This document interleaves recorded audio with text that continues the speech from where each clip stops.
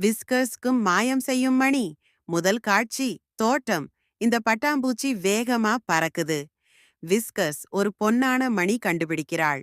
Viscous ஆச்சரியமாக, ஓஹோ, இது என்ன அழகான மணி!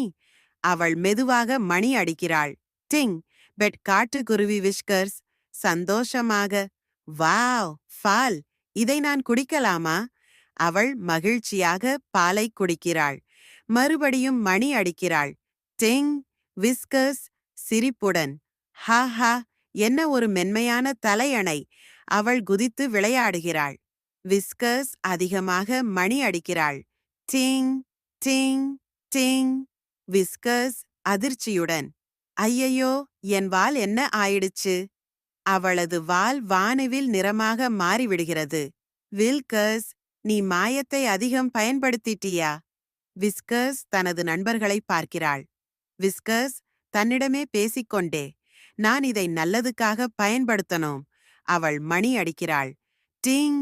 பெருங்கால், பறவைக்கு உணவு. டிங்! முயலுக்கு தண்ணீர். டிங்! நீ ரொம்ப நல்ல பூனைக்குட்டி. விஸ்கஸ். மணி மாயமாக மறைகிறது. விஸ்கர்ஸ் வால் மீண்டும் சாதாரணமாக மாறுகிறது. உண்மையான மாயம் அன்பும் பகிர்வும் தான். அன்பும் பகிர்வும் தான் உண்மையான மாயம்.